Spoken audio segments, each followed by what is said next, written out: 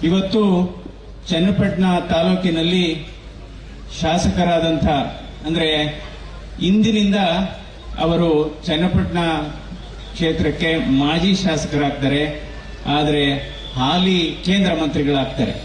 ಅದರಿಂದ ಕುಮಾರಸ್ವಾಮಿ ಅವರಿಗೆ ತಮ್ಮೆಲ್ಲರ ಪರವಾಗಿ ನಾನು ಹೃದಯ ಸ್ಪರ್ಶಿ ಅಭಿನಂದನೆಗಳನ್ನು ಸಲ್ಲಿಸ್ತೇನೆ. ಈ ಸಂದರ್ಭದಲ್ಲಿ ಇವತ್ತು ಹಲವಾರು ಕಾರ್ಯಕ್ರಮಗಳಿಗೆ, ಕಾಮಗಾರಿಗಳಿಗೆ ಕೆಲವು ಉದ್ಘಾಟನೆಯಾಗಿದೆ, ಕೆಲವು ಶಂಕುಸ್ಥಾಪನೆಯಾಗಿದೆ. ಸುಮಾರು 320 ಕೋಟಿ ವೆಚ್ಚದ ಕಾಮಗಾರಿಗಳಿಗೆ ಇವತ್ತು ಪೂರ್ಣಗೊಂಡ ಕಾಮಗಾರಿಗಳಿಗೆ ಇವತ್ತು ಉದ್ಘಾಟನೆ ಮಾಡಿದ್ದಾರೆ ಸನ್ಮಾನ್ಯ ಕುಮಾರಸ್ವಾಮಿ ಅವರು.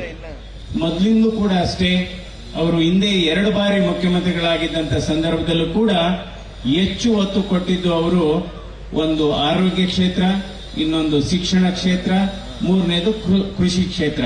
ಹೀಗಾಗಿ ಇವತ್ತು 3 ಆಸ್ಪತ್ರೆಗಳು, ಒಂದು ಅಕ್ಕೂರು ಹೊಸಳ್ಳಿಯಲ್ಲಿ ಸಮುದಾಯ ಆಸ್ಪತ್ರೆ ಮತ್ತು ವೈಯಂಬಳ್ಳಿನಲ್ಲಿ ಒಂದು ಆಸ್ಪತ್ರೆ, ಹಾಗೆ ಮಾಕ್ಲಿನಲ್ಲಿ ಕೂಡ ಒಂದು ಆಸ್ಪತ್ರೆಯನ್ನ ಇವತ್ತು ಅತ್ಯಾಧುನಿಕ ಕಟ್ಟಡಗಳ ಅದು ಸಂಪೂರ್ಣ ಕಾಮಗಾರಿಗೊಂಡು ಈಗ ಕಾರ್ಯರೂಪಕ್ಕೆ ಬರಲಿದೆ.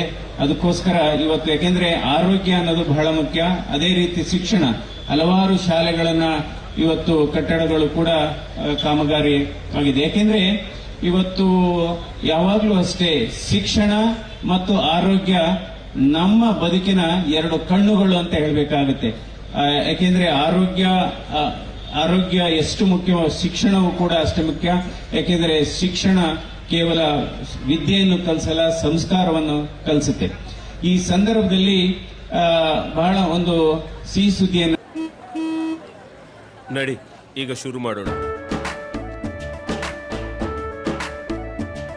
ಕೇಸರಿಯಿಂದ ಮನೋಲ್ಲಾಸ ಮನಸ್ಸು ಮತ್ತೇರಿ ಕುಣಿದಾಡಿದೆ ನೋಡು, ಮನಸ್ಸು ಮತ್ತೇರಿ ಕುಣಿದಾಡಿದೆ ನೋಡು. ಕ್ಷಣ ಕ್ಷಣವೂ ಆಚರಿಸಿ ಕೇಸರಿ ಹಬ್ಬ. ವಿಮಲ್ ಬಾಯಲ್ಲಿ ಹೇಳಿ ಕೇಸರಿ ಹಂಚ್ಕೊಂತೀನಿ. ಯಾಕೆಂದ್ರೆ ಇವತ್ತು ಹೃದಯಘಾತ ಅನ್ನೋದು ಜನಸಾಮಾನ್ಯರ ಕಾಯಿಲೆಯಾಗಿದೆ, ಜಾತ್ಯತೀತ ಕಾಯಿಲೆಯಾಗಿದೆ ಅಂತ ಹೇಳ್ಬೋದು. ಇವತ್ತು ಹೃದಯಘಾತ ಬಡವರಲ್ಲಿ, ಶ್ರೀಮಂತರಲ್ಲಿ, ಕೂಲಿ ಕಾರ್ಮಿಕರಲ್ಲಿ, ನಿರ್ಗತಿಕರಲ್ಲಿ ಎಲ್ಲರಿಗೂ ಕೂಡ ಇವತ್ತು ಹೃದಯಘಾತ ಆಗ್ತಾ ಇದೆ. ಒಂದು ಹಿಂದೆ ಮಕ್ಕಳು ಹೃದಯಘಾತಕ್ಕೆ ತಂದೆ ತಾಯಿಗಳನ್ನ ಕರ್ಕೊ ಬರ್ತಾ ಇದ್ರು, ಇವತ್ತು ತಂದೆ ತಾಯಿಗಳು ಅವರ ಮಕ್ಕಳನ್ನ ಹೃದಯಘಾತ ಚಿಕಿತ್ಸೆಗೆ ಕರ್ಕೊ ಬರ್ತಾ ಇದ್ದಾರೆ. ಅದರಿಂದ ಇವತ್ತು ನಾವು ಎಲ್ಲಾ ಈ ನಮ್ಮ ಕ್ಷೇತ್ರದಲ್ಲಿ ಬರತಕ್ಕಂತ ಚನ್ನಪಟ್ಟಣ ಆಸ್ಪತ್ರೆ ಆಗ್ಬಹುದು, ಜನರಲ್ ಆಸ್ಪತ್ರೆ, ರಾಮನಗರದ ಜಿಲ್ಲಾ ಆಸ್ಪತ್ರೆ, ಕನಕಪುರದ ತಾಲೂಕು ಆಸ್ಪತ್ರೆ, ಕುಣಿಗಲ್ ತಾಲೂಕು ಆಸ್ಪತ್ರೆ, ಮಾಗಡಿ ಆಸ್ಪತ್ರೆಯಲ್ಲಿ ಹೃದಯಘಾತ ಆದಂತ ಸಂದರ್ಭದಲ್ಲಿ ಅಲ್ಲೇ ಪ್ರಾಥಮಿಕ ಚಿಕಿತ್ಸೆ ಕೊಡತಕ್ಕಂತ ವ್ಯವಸ್ಥೆ ಇವಾಗ ಜಾರಿಯಲ್ಲಿದೆ. ಇದು ಬಹಳ ಮುಖ್ಯವಾದದ್ದು.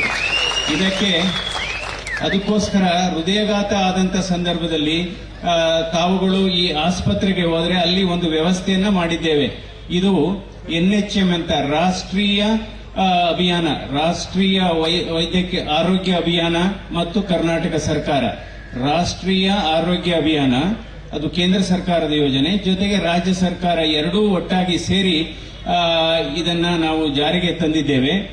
ಅಂದ್ರೆ ಹೃದಯಘಾತ ಆದಂತ ಸಂದರ್ಭದಲ್ಲಿ ಮೊದಲ 1 ಗಂಟೆ 2 ಗಂಟೆ ಒಳಗಡೆ 3 ಗಂಟೆ ಒಳಗಡೆನೆ ಇಂಜೆಕ್ಷನ್ ಕೊಡಬೇಕು. ಆ ಇಂಜೆಕ್ಷನ್ ಬೆಲೆ ಎಷ್ಟಪ್ಪ ಅಂದ್ರೆ 18,000.